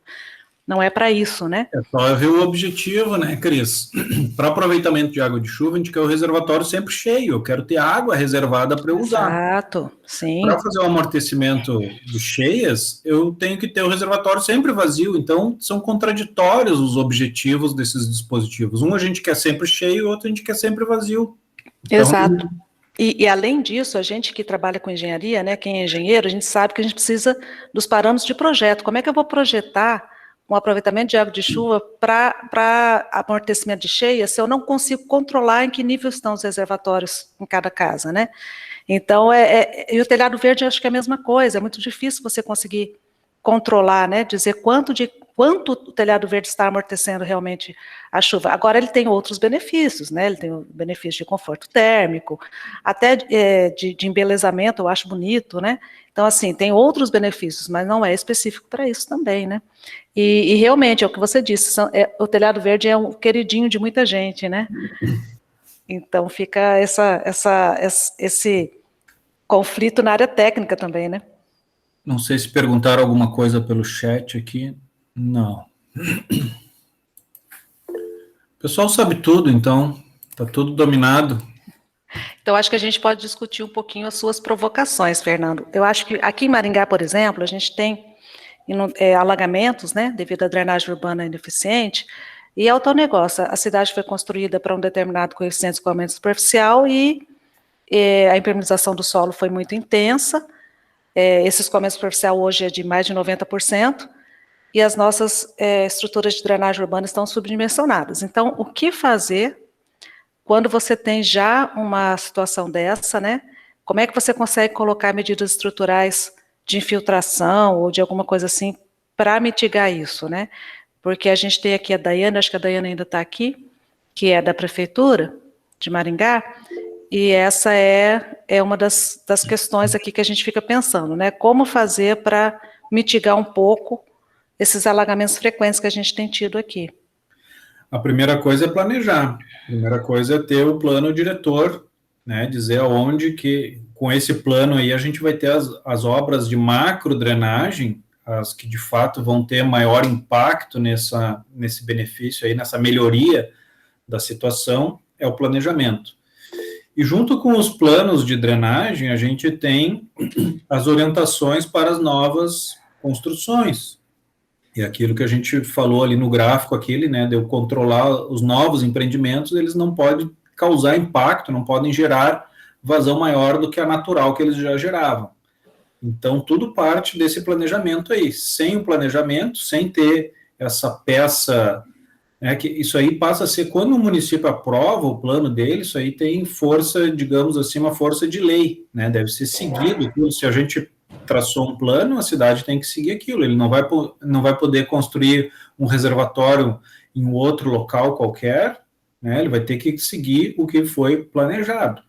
Esse planejamento, ele é rígido, fixo, eterno? Não, a gente tem as revisões, né? O próprio plano, ele prevê qual é a periodicidade da sua própria revisão. Então, nessas revisões, a gente tem alternativas, né, de pensar, né, novos locais para bacias de detenção, enfim, estabelecer novos critérios para exigir dos empreendimentos novos, né, e, inclusive, estabelecer, né, pensar no estabelecimento de uma taxa de drenagem. Isso, nós estamos agora na revisão do plano diretor, acho que ainda não acabou, né, a revisão do plano diretor, e essas coisas estão sendo colocadas, mas como você falou, né, para os novos empreendimentos, a gente consegue estabelecer novas diretrizes e não vai piorar a situação. O problema é a situação que já está estabelecida. E eu concordo com você com relação ao estabelecimento de uma taxa de drenagem. Alguns países já têm isso, né? Eu fico pensando qual político vai conseguir implantar isso, porque é uma medida muito impopular, né? Nunca paguei por isso, então não é agora que eu quero pagar. Então, acho que primeiro, antes de estabelecer a taxa de drenagem, como sempre, né, aquela tal da educação ambiental contínua, sistematizada, para sensibilizar a população e fazer ela entender a necessidade disso, né?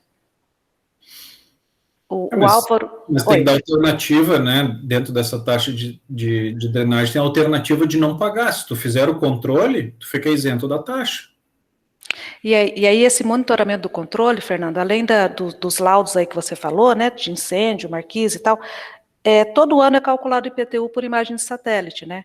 Então, talvez seja uma alternativa também monitorar, não sei se consegue, né, mas eu estava pensando aqui agora, monitorar essas estruturas por imagem de satélite quando vai fazer o IPTU, não sei.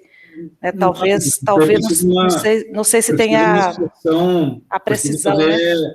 Teste de infiltração, por exemplo, pavimento permeável vai estabelecer lá, ó, ele tem que infiltrar no mínimo, ele tem que estar infiltrando, sei lá, 200, 300 milímetros por hora. Então a imagem de satélite não adianta, né? Não vai ser suficiente. Ele tinha 3.600 milímetros por hora de capacidade, mas ele vai degradando, ele vai colmatando com o passar do tempo, e o limite é, ó, se baixou de, sei lá, de 200 milímetros por hora, vai ter que reconstruir ele, ou a gente fazer alguma recuperação, né? A última recuperação, a coisa mais drástica que se pode fazer para recuperar um pavimento permeável é fazer perfurações. É pegar e fazer macroporos e injetar água da forma que for, com bastante sedimento mesmo, mas é o último suspiro, assim, que um pavimento desses, né, que um dispositivo desses pode ter, a gente fazer essas perfurações aí. Eu estava pensando nas imagens de satélite, porque aqui, não para isso, né? Isso realmente vai ter que ter teste, e aí os seus laudos são mais efetivos. Mas aqui a gente tem uma regra, uma legislação municipal, de que 10% do lote tem que ser de área permeável. E às vezes as pessoas fazem essa área permeável, depois da fiscalização da prefeitura, elas impermeabilizam. Então, pelo menos essa verificação acho que dá para fazer, né? Por imagem de satélite. Já não é nada, né? 10% é muito pouco. É muito pouco. É verdade. A gente tem gente com a mão levantada aí, o Álvaro. O Álvaro está com a mão levantada.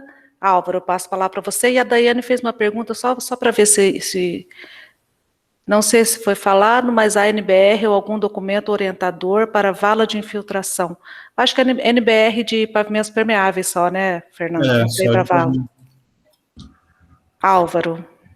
Obrigado, Cris. Parabéns pela explanação, professor Fernando. Vocês estão conseguindo ouvir bem? Meu microfone está um pouco... Tá perfeito aqui, Álvaro.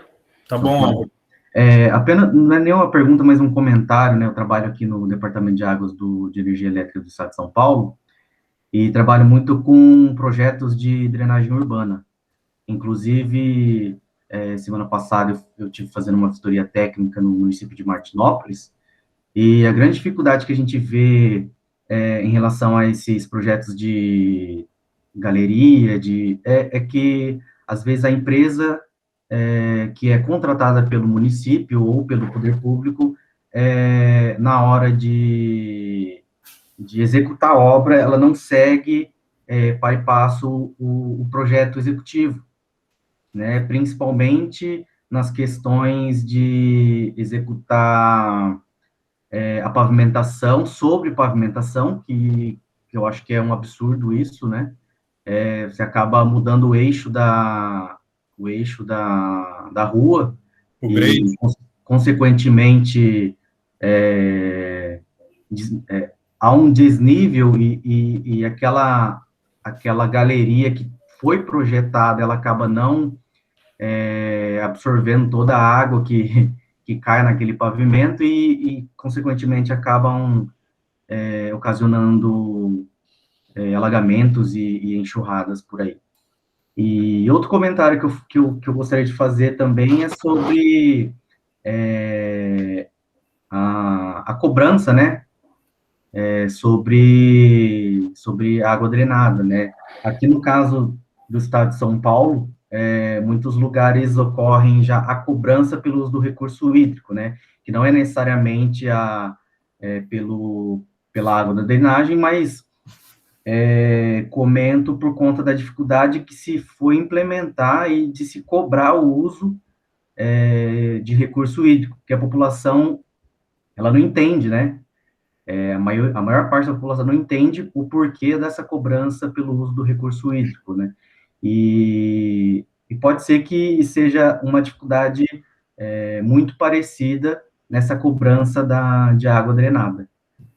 Só esse comentário que eu gostaria de fazer e parabenizar pela explanação, pessoal. Obrigado. Obrigado, Álvaro.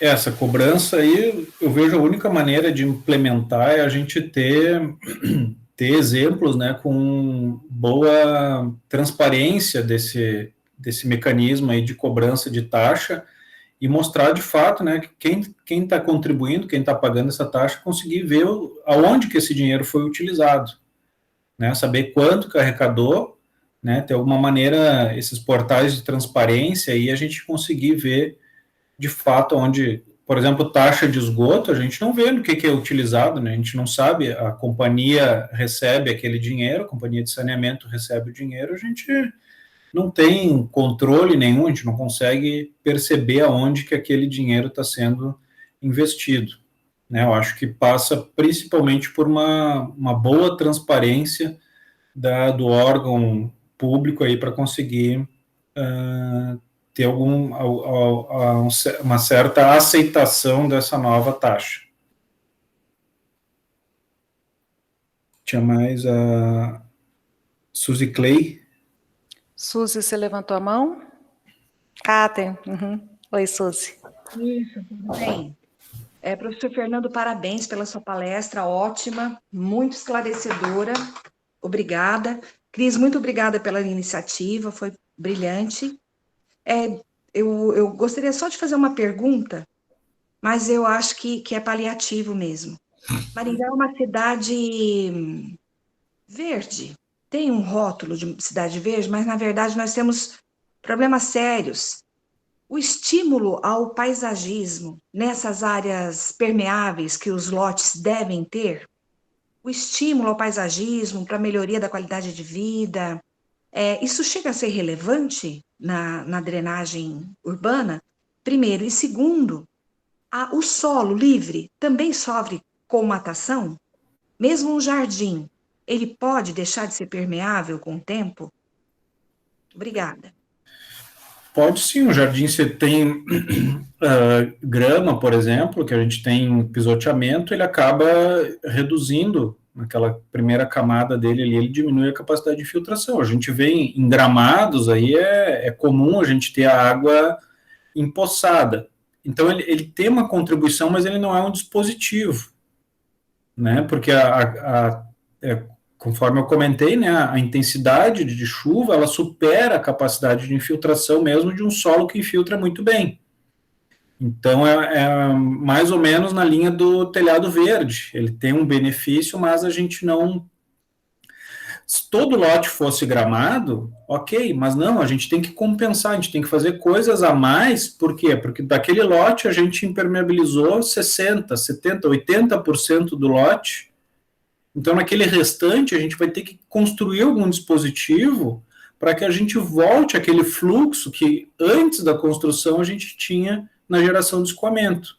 Então, as áreas permeáveis naturais, elas não estão melhorando, mas também não estão piorando.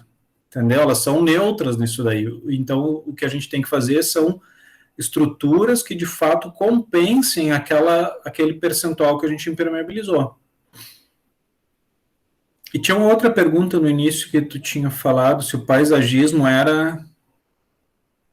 Não, porque eu fico pensando na...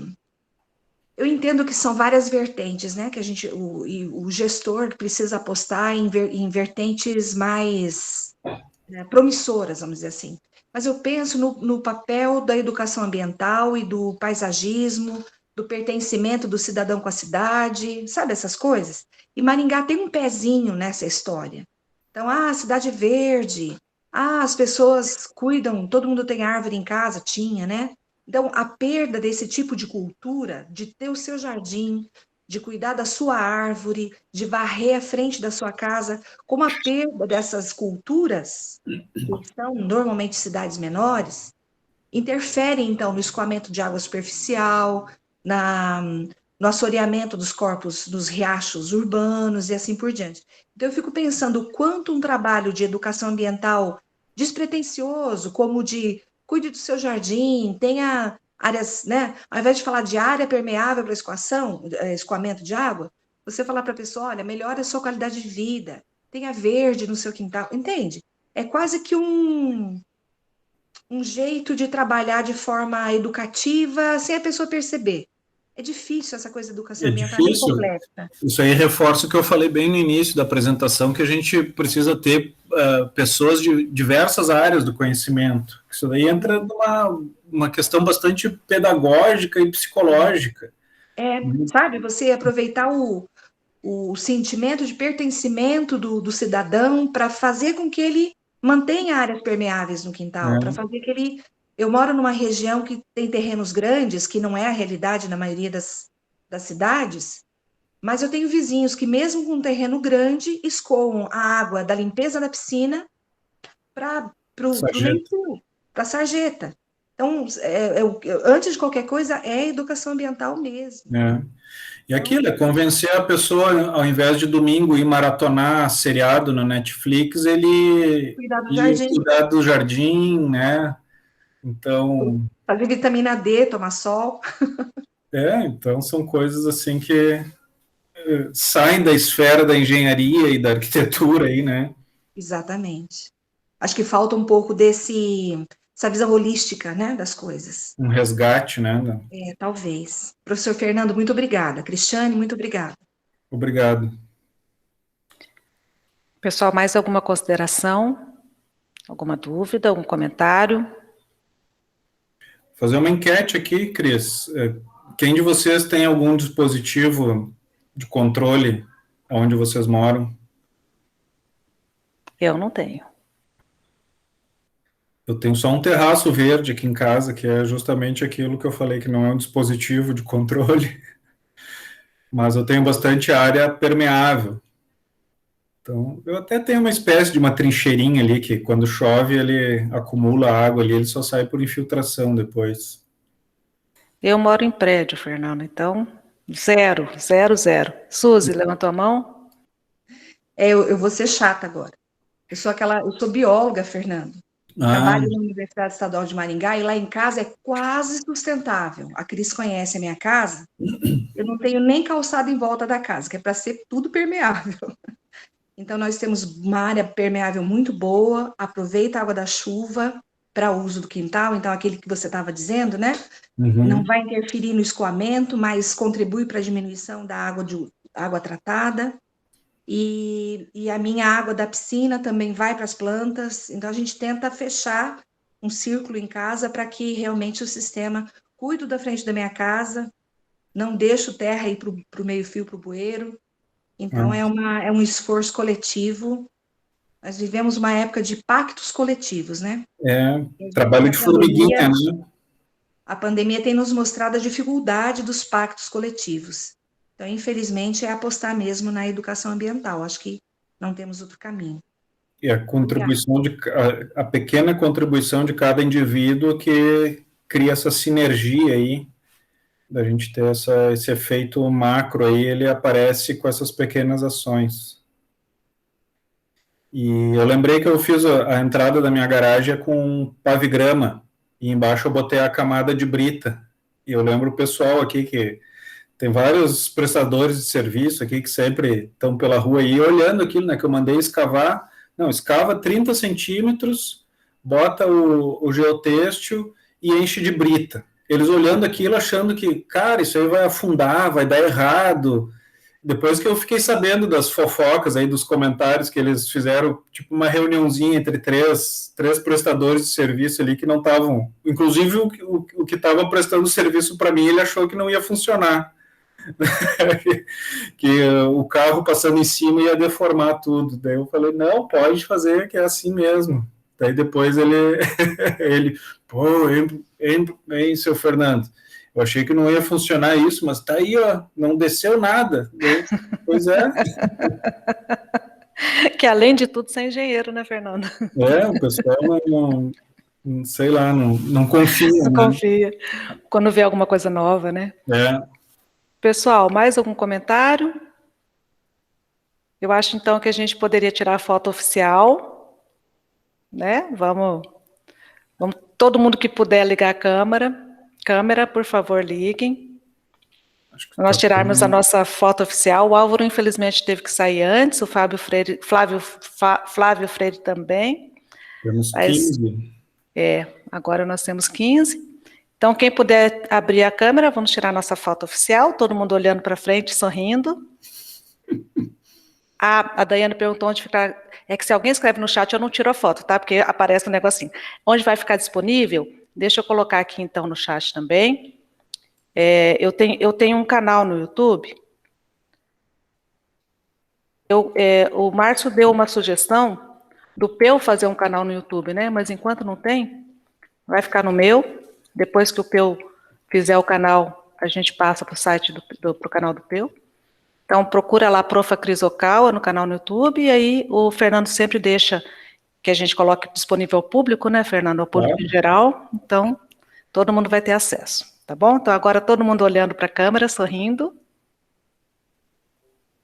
Vamos tirar mais uma, né? Porque vai que alguém piscou. Não pisquem, todo mundo de olho aberto. Pronto. Fotos tiradas. A foto fica bem pequenininha, daí nem não dá para ver os defeitos. Essa é a vantagem, né? Pessoal, então, muito obrigada pela participação. Fernando, mais uma vez, muito obrigada, né, pela sua contribuição aí aos nossos conhecimentos dos alunos do Peu, dessa nova disciplina de hidrologia urbana. E nós também ficamos à sua disposição para o que você precisar, tá bom? Ótimo. E agradecemos muito que você tenha disposto aí o seu tempo para nós hoje. Sempre estou à disposição aí quando necessitarem. Vocês viram meu contato lá, né? Se quiserem escrever direto para mim, também estou à disposição. Tá bom, pessoal? Certo. Um bom muito dia. Obrigada. Obrigada, pessoal. Cuidem-se. Até a próxima.